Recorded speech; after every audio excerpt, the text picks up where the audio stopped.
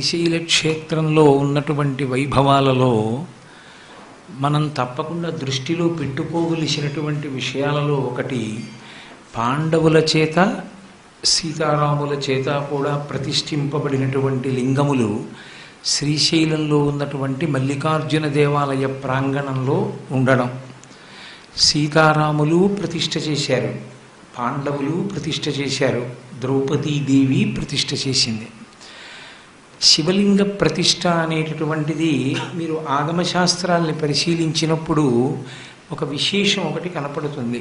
మూర్తి ఉపాసన అనేటటువంటిది వేదాంతర్గతమై మనసు నిలబెట్టడానికి అత్యంత ప్రధానమైనది. పైగా ఒక మూర్తిని ఉంచేటప్పుడు యథాస్వేచ్ఛగా మన ఇష్టం వచ్చినటువంటి రూపాన్ని ప్రతిష్ఠించడం అనేటటువంటిది సనాతన ధర్మంలో ఉండదు. భగవంతుడు ఏ రూపాన్ని పొంది భూమి మీదకు వచ్చాడో ఆ రూపాన్ని మనం ప్రతిష్ఠ చేసి ఆరాధన చేస్తూ ఉంటాం. అవతారము అనొక మాట. అవతార అంటే తారాకి వ్యతిరేక శబ్దం. ఎక్కడో ఉన్నటువంటి పరమాత్మ మాంసనేత్రమునకు ద్యోతకము కాడు. ఎక్కడో ఉన్న అన్న మాట కన్నా యథార్థంగా మాట్లాడవలసి వస్తే అంతటా ఉన్న అన్నమాటయే సత్యం. పాలలోనే ఉన్న నెయ్యి ఎలా కనపడదో, కొంత సాధన చేసిన తరువాతే నెయ్యి పైకి ఎలా వస్తుందో, అలా విశ్వమంతా నిండి ఉన్నటువంటి విశ్వనాథుడు కొంత సాధన చేసిన వారికి తప్ప ద్యోతకమయ్యేటటువంటి వాడు కాడు. మన కంటికి కనపడనటువంటి పరమాత్మ పరమభాగవతోత్తములైనటువంటి వారు నువ్వు మాకు ఒక రూపంతో కనపడాలని కోరుకున్నప్పుడు ఒక రూపాన్ని ధరించాడు. పరమేశ్వరుని యొక్క మొట్టమొదటి ప్రాధాన్యత అవతార స్వీకారంలో భాగవతుల యొక్క కోరిక. అందుకే ఆయన ప్రతిజ్ఞ కూడా అలాగే ఉంటుంది. పరిత్రాణాయ సాధూనాం వినాశాయ చ దుష్కృతాం ధర్మ సంస్థాపనార్థాయ సంభవామి యుగే యుగే.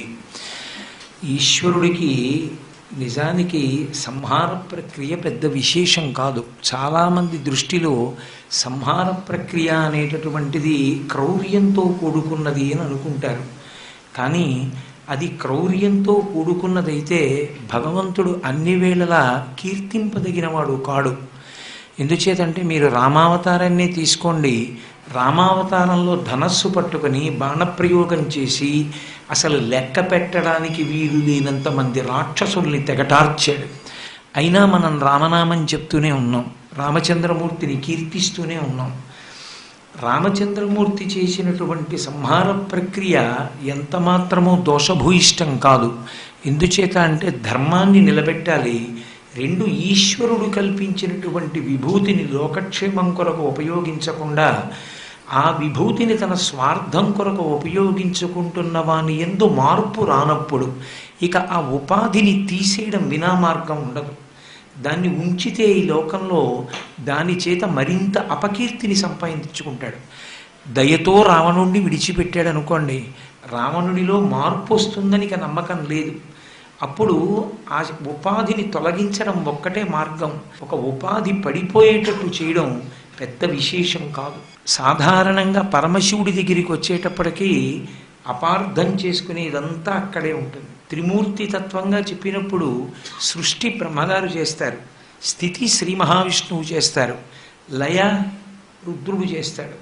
అనగానే పరమశివుడు చంపేస్తాడండి. కాబట్టి ఎందుకు ఆయనకి పూజ అని ఒక అపోహ. కానీ లయ అనేటటువంటి మాటని జాగ్రత్తగా తీసుకోవాలి. సృష్టి కానీ స్థితి కానీ లయ కానీ కారుణ్యముతోనే ఉంటుంది. ఈశ్వరుని దయతో ఉంటుంది తప్ప దయారహితుడై అసలు ఈశ్వరుడు ఏదీ చెయ్యడు. లయ మూడు రకాలుగా ఉంటుంది. స్వల్పకాలిక లయము అని ఒక లయం. స్వల్పకాలిక లయము అంటే జాగృతి యందు వివిధ విషయములను అనుభవించినటువంటి జ్ఞానేంద్రియములు బడలిపోయినటువంటి ఇంద్రియములకు మళ్ళీ శక్తిని కల్పించాలి.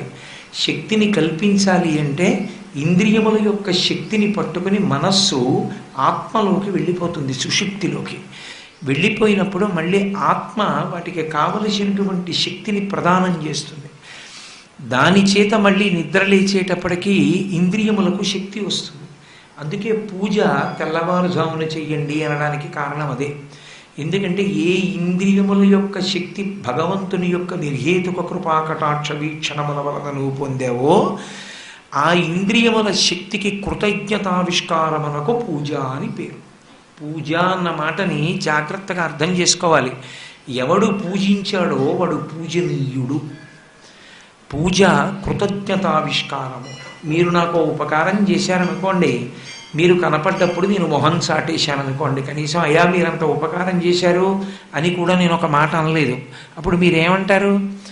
ఏమండి కనీసం నోటి మాటగానైనా అయ్యా మీరు ఇంత ఉపకారం చేశారని ఆయన మాట అనలేదు, కృతజ్ఞుడు అంటారు.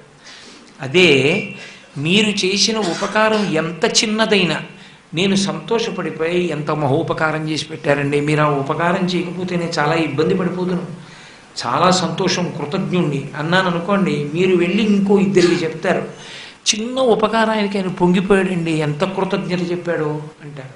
కృతజ్ఞత ఆవిష్కరించిన వాడు, పూజించిన వాడు పూజనీయుడయ్యాడు.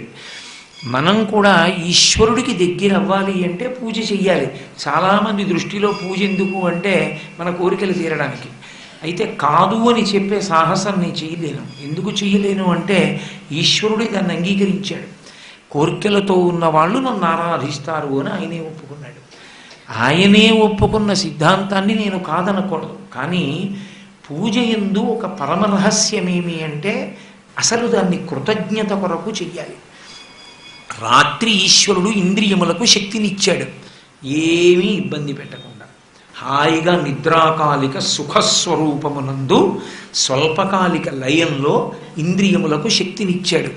తెల్లవారుజామున లేచి కంటికి శక్తినిచ్చాడు కాబట్టి కృతజ్ఞతగా దీపం పెడుతున్నావు. కంటికి చూసే శక్తి కాబట్టి దానికి ప్రతిరూపంగా ఈశ్వర మీరు మాకు కంటికి చూపునిచ్చారు, దాని బడలిక తీర్చారు, ఇదిగో దీపం. అలాగే ఈశ్వరుడు మీకు వాసన చూడగలిగినటువంటి శక్తిని తెల్లవారి లేచేటప్పటికీ మరింత ద్విగుణీకృతం చేశాడు, బడలిక పోగొట్టాడు.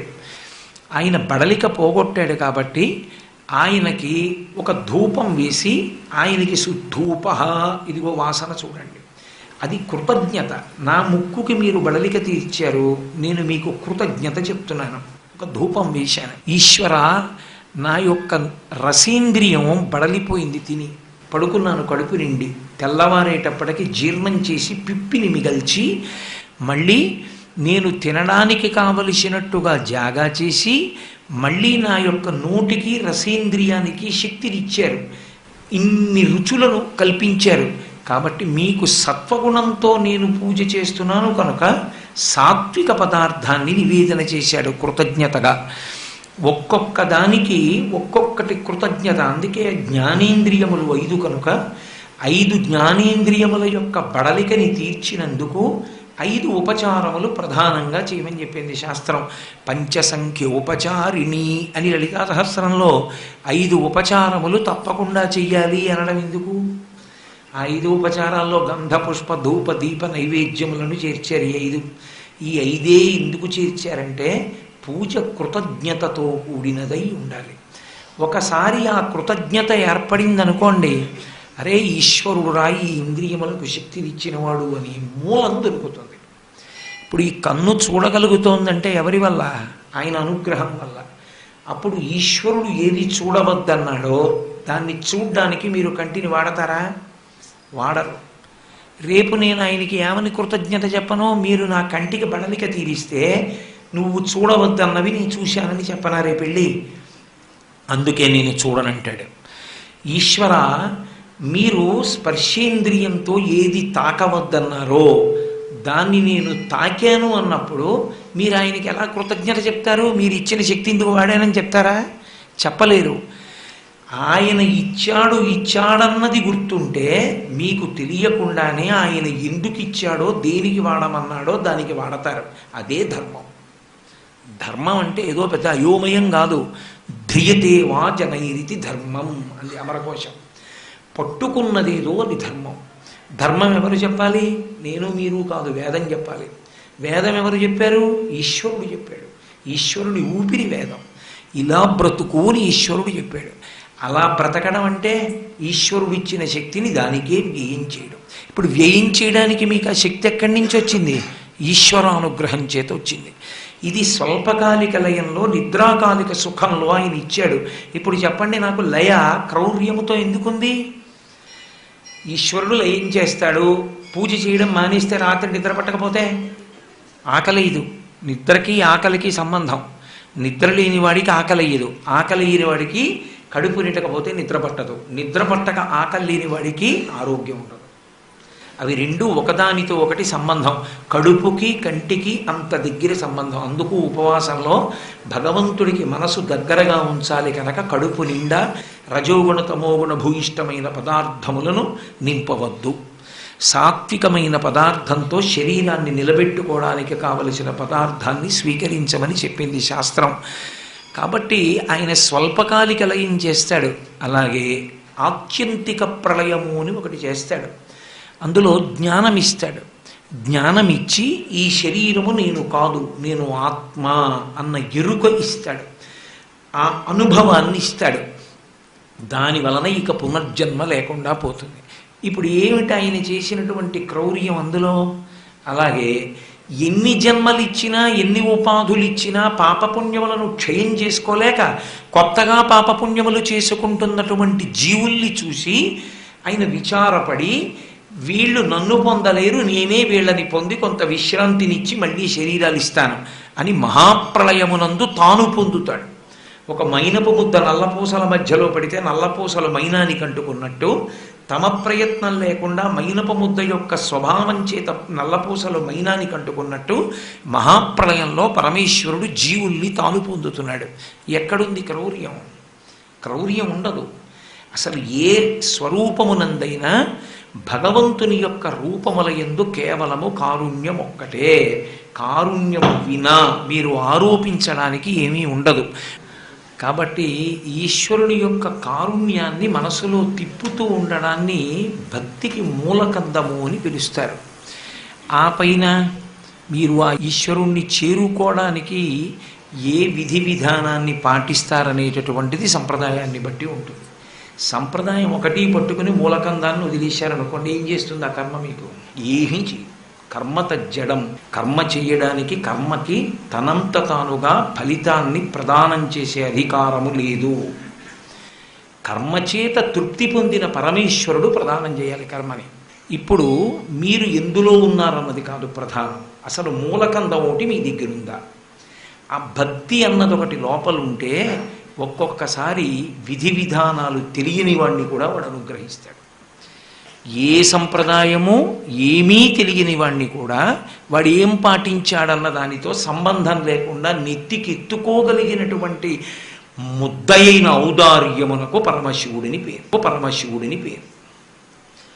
ఆయన ఏలుకోవడంలో, ఆయన స్వీకరించడంలో అలా ఉంటుంది. అందుకే పరమదార్శనికులు కనుక, అపరశంకరుడు కనుక శంకర భగవత్పాదులు శివానంద లహరి చేస్తూ మార్గావర్తిత పాదుకా పశుపతే రంగస్య కూర్చాయతే గండూషాంబు నిషేచనం పురరిపోర్ దివ్యాభిషేకాయతే కించిత్ భక్షిత మాంసశేషక బలం నవ్యోపహరాయతే భక్తి కిం న కరోత్యహో వనచరో భక్త్యావతంసాయకే. తిన్నడికి ఏం తెలుసు? అరణ్యంలో ఉండేటటువంటి మార్గమునందు మలమూత్రములను తొక్కుతూ వచ్చినటువంటి పాదుకలు తీసి శివలింగం మీద ఉండేటటువంటి నిర్మాల్యాన్ని తుడవడానికి ఉపయోగించవలసినటువంటి మెత్తటి కూర్చకి బదులుగా చెప్పుతో తీశాడు. ఇప్పుడు అది ఉపచారమా అపచారమా? అది ఈశ్వరుడు చూడలేదు.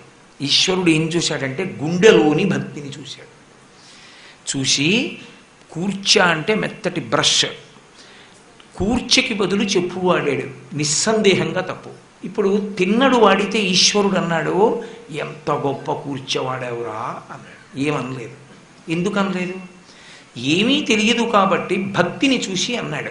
తిన్నడు చేశాడండి, అనుగ్రహించాడు, నేను చేస్తానంటే ఇప్పుడు ఆ కర్మ అనుకరించడానికి వీలైనదా? కాదు. భక్తి చేత పరిణతి. కానీ మీరు ఏ మార్గంలో ఉన్నారన్న దాన్ని బట్టి ఉద్ధరిస్తానని ఎక్కడా ఉండదు. అసలు భక్తి లేని మార్గము అర్థం లేని వ్యవహారం. భక్తి అత్యంత ప్రధానం. అందుకని ఒక కూర్చోపెట్టి తుడిచాడు, అంగీకరించాడు పరమశివుడు. కించిత్ భక్షిత మాంసశేష కబలం నవ్యోపహారాయతే. శివుడికి పెడతాను రా అన్నాడు. అక్కడ అడవి పందిని కాల్చాడు. కాల్చినటువంటి అడవి పంది శరీరాన్ని కోసి అన్ని చోట్ల మాంసం ముక్కలు తీసి కొరికాడు. ఇక్కడ బాగా ఉడికింది, ఇది కమ్మగా ఉంది, ఇది పెడతానని పట్టుకొచ్చాడు. పట్టుకొచ్చి అక్కడ పెట్టి తినమన్నాడు. తిన్నాడు శివుడు, ప్రత్యక్షంగా తిన్నాడు. అలాగే గండూషాంబు నిషేచనం పురరిపో దివ్యాభిషేకాయతే. ఆయన పురరిపుడు, పురములను కాల్చినవాడు. అటువంటి వాడు తిన్నడు. ఒక కోయవాడు నోటిలో పట్టుకొచ్చినటువంటి ఎంగిలి నీరు శివలింగం మీద ఉమిస్తే అభిషేకంగా స్వీకరించాడు. అంటే ఏది చూస్తున్నాడు శివుడనేది గుర్తు? భక్తిని చూస్తున్నాడు. ఆయనకి పద్ధతి ఏం పాటిస్తున్నాడో చూడలేదు, భక్తితో చేస్తున్నాడా. ఇప్పుడు భక్తితో పాటు నీకు కొంత పరిణితి ఉన్నది, అప్పుడు సంప్రదాయ నిష్ఠ. చక్కగా నువ్వు ఎందులో ఉన్నావో దాన్ని పరిపుష్టం చేసుకుని ఈశ్వరుణ్ణి చేరుకోవాలి. అంతేకాని కిందకెళ్ళకూడదు. ఆయనకి ఏం తెలియకపోయినా అనుగ్రహించాడు కదండి, అందుకని నేను అలా ఉంటానని అనకూడదు. ఇవాళ సమాజంలో ఏర్పడిన పెద్ద అవ్యవస్థ అక్కడే ఉంది. ఇవాళ సమాజంలో ఏమైందంటే బజార్లో కొన్న స్వీట్లు తీసుకొచ్చి నైవేద్యం పెడతాం, ఈశ్వరుడు తీసుకోవాలి. ఆడ మగ విచక్షణ లేదు, అందరం వెళ్ళి మూర్తుల్ని ముట్టుకుని పోసేస్తాం, తీసుకోవాలి. కానీ అది వేదం చేత అంగీకారం కాదు. నువ్వు ఆ స్థాయిలో ఉన్నావా? తిన్నాళ్ళా ఎందుకు చేస్తావలా? సంప్రదాయము అన్న మాట నువ్వు పొందినటువంటి పరిణతికి కిందకి దిగకూడదు, పైకి ఎక్కే ప్రయత్నం చేయాలి. నీకేమీ తెలియదు, ఈశ్వరుడు అనుగ్రహిస్తాడు. కానీ ఏమీ తెలియదని కిందకెళ్ళిపోయే ప్రయత్నం మాత్రం చేయకూడదు ఎప్పుడు. వ్యక్తి యొక్క అనుష్ఠానము పైకే ఎక్కుతూ ఉండాలి. అందుకే ఈశ్వరుడు కొండ మీద ఉంటాడు. ఊర్ధ్వముఖ చలనం, తల పైకెత్తి చూసి పెరగాలి. కాబట్టి భక్తి కిన్నకరో వనచరో, ఆ ఏమీ తెలియకపోయినా సరే తిన్నడి యొక్క భక్తిని చూసి పరమశివ మీరు అనుగ్రహించారు అంటే శివతత్వమునందుండే రహస్యం ఏమిటంటే ఏమీ తెలియని వాడి దగ్గర నుంచి అన్నీ తెలిసున్నవాడి వరకు తెలిసి చేసిన పాపాల నుండి తెలియక చేసిన పాపాల వరకు హరించగలిగిన వాడు ఆయన ఒక్కడే. ఎందుచేత అలా అంటే ఆయన సార్వభౌముడు కనుక. సార్వభౌముని యందు ఒక లక్షణం ఉంటుంది. ఒక సర్వోన్నతమైన న్యాయస్థానం ఈ వ్యక్తిని ఉరి తీయండి అందనుకోండి. దేశానికి సార్వభౌమ పదవిలో ఉన్నటువంటి రాష్ట్రపతి నేను క్షమిస్తున్నాను అన్నాడు అనుకోండి, ఆయన్ని ఉరి తీయరు, విడిచిపెట్టేస్తారు. ఆయనకి ఎందుకు వచ్చింది ఆ అధికారం? సర్వోన్నత న్యాయస్థానం ఉరి తీయమని చెప్పి ఆయన క్షమాభిక్ష ఎందుకు పెట్టగలుగుతున్నాడు? ఆయన కూర్చున్న పదవి. ఆ పదవి చేత ఆయన ఏదైనా సరే చెయ్యగలడు. ఏదైనా చెయ్యగలిగిన తత్వము చిట్ట చివరికి వచ్చి ఎక్కడ కేంద్రీకృతమైపోయిందో అదే శివతత్వం. అందుకే శివతత్వమునందుండే రహస్యం ఏమిటంటే అసలు మీరు శాస్త్రాన్ని ఆధారంగా తీసుకున్నా కూడా ఏ పని చేసినా దీనికి విరుగుడు లేదు అన్న దగ్గర శివుడు విరుగుడుగా నిలబడతాడు. శివతత్వము, శివభక్తి, శివానుగ్రహము దాన్నంతటినీ కూడా తీసేసి మిమ్మల్ని మీకు ఉద్ధరణ హేతువై ఆయన స్వీకరించడానికి ప్రతిబంధకము లేని స్థితి ఏర్పడుతుంది. అందుకే మీకు వాల్మీకి రామాయణము ఆధారముగా నిలబడి స్థల పురాణము చేత అనుసంధానము చేసినప్పుడు మీకు శివతత్వము గోచరిస్తుంది. అందుకే నరుడిగా వచ్చినటువంటి రాముడు ప్రతిష్ఠ చేసినన్ని శివలింగాలు మీకు దశావతారాల్లో ఏ అవతారం ప్రతిష్ఠ చెయ్యదు. అదొక చమత్కారం. వేదోద్ధారణ మందరాభరణ వృద్ధి ధర్మ నిర్మాణ ప్రహ్లాదత్రాణ బలిప్రతారణ నృపాహంకార నిర్వాపన వైదేహీ రమణ ధనంజయ జయ వ్యాపార పారీణ క్షోణీ దివ్యత్కరుణ తమోహరణ తండ్రి వెంకటేశ ప్రభో అని విష్ణువి దశావతారాలు, స్థితికారుడు కనుక. కానీ ఈ దశావతారాల్లో కొన్ని అవతారాలు అసలు శివలింగ ప్రతిష్ఠ చెయ్యనే లేదు. కొన్ని అవతారాలు చేసినా ఏవో కొద్ది చోట్ల ప్రతిష్ఠ చేసే. ఒక్క రామావతారం మాత్రం ఎన్ని చోట్ల శివలింగ ప్రతిష్ఠ చేస్తుంది. పైగా అసలు రాముడికి శివుడికి కలిపి రామలింగేశ్వరుడు అన్న పేరుతో ఎన్ని శివాలయాలు ఉన్నాయి. ఎందుకు వచ్చింది ఇది తత్వంలో? అలా రాముడే ఎందుకు చేస్తాడు ప్రతిష్ఠ? శ్రీశైలంలో రాముడు ప్రతిష్ఠ చేశాడు, సీతమ్మ ప్రతిష్ఠ చేసిందంటే కేవలం శివలింగాన్ని ప్రతిష్ఠ చేసి వదిలిపెట్టలేదు వాళ్ళు. వాళ్ళిద్దరూ ప్రతిష్ఠ చేసినవి సహస్రలింగాలు. మళ్ళీ అక్కడికి వచ్చి వాళ్ళు చేసింది కేవల శివలింగ ప్రతిష్ఠ చేయలే, ఇద్దరూ సహస్రలింగాలే చేశారు. శ్రీశైలంలో వృద్ధమల్లికార్జునుని యొక్క దేవాలయం ఎక్కడుందో దాని పక్కనే రామచంద్రమూర్తి చేత ప్రతిష్ఠింపబడినటువంటి సహస్రలింగేశ్వర స్వామి వారి ఆలయం ఉంటుంది. భగవంతుని యొక్క నిర్హేతుక కృపాకటాక్ష వీక్షణముల చేత రామచంద్రమూర్తి చేత ప్రతిష్ఠింపబడినటువంటి సహస్రలింగమునకు, సీతమ్మ చేత ప్రతిష్ఠ చేయబడినటువంటి సహస్రలింగమునకు కూడా రుద్రాభిషేకం చేసేటటువంటి అదృష్టాన్ని నేను పొందాను. రెండూ సహస్రలింగములే. సహస్రము అన్న మాటకు అర్థం 1000 అని కాదు. సహస్రం అన్న మాటకి సంస్కృతంలో అనంతం అని అర్థం. అంటే ఇప్పుడు రాముడు ఎన్ని లింగములు ప్రతిష్ఠ చేశాడో అనంతం, లెక్క పెట్టడానికి వీల్లేదు.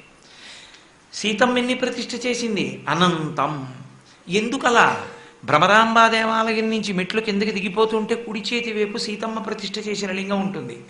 వృద్ధమల్లికార్జున దేవాలయానికి దగ్గరలో రామచంద్రమూర్తి ప్రతిష్ఠ చేసిన సహస్రలింగం ఉంటుంది. ఎందుకు వాళ్ళిద్దరూ లింగ ప్రతిష్ఠ చేయడం అంటే, లింగ ప్రతిష్ఠ చెయ్యడం ద్వారా నరుడు ఎంత గొప్ప పాపాన్ని శివానుగ్రహంతో ఎలా పోగొట్టుకుంటాడో రాముడు చూపించాడు.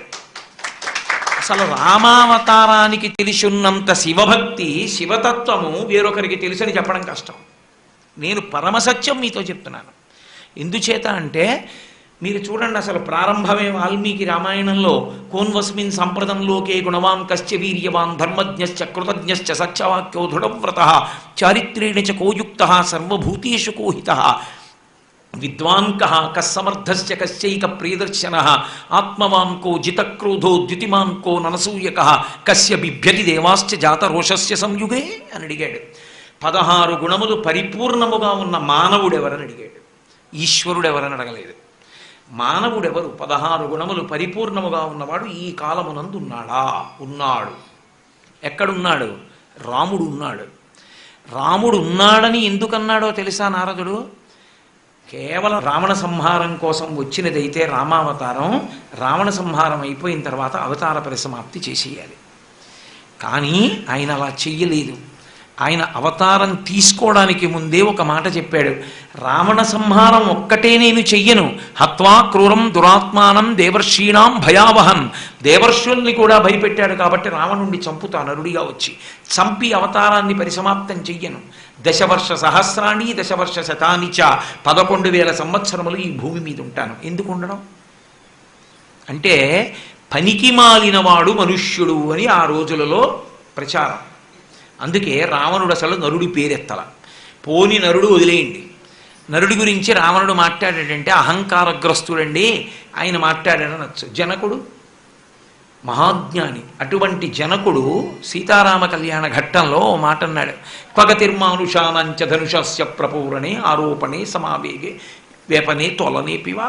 ఒక నరుడు ఇతనేమి ఎత్తుతాడు? శివధనస్సును అన్నాడు. అంటే నరుడంటే అంత చేతకాని వాడుగా పరిగణింపబడినటువంటి రోజులు. అటువంటి రోజులలో నరుడు ధర్మాన్ని పట్టుకొని, నరుడు శాస్త్రాన్ని పట్టుకొని ఎంత గొప్పవాడు కాగలడో చూపించడానికి రామావతారం వచ్చింది. అటువంటి రామావతారం శివవైభవ ప్రకటనం చేయకుండా ఎలా పరిసమాప్తం అవుతుంది? అందుకు చేసింది అన్ని శివలింగ ప్రతిష్టలు.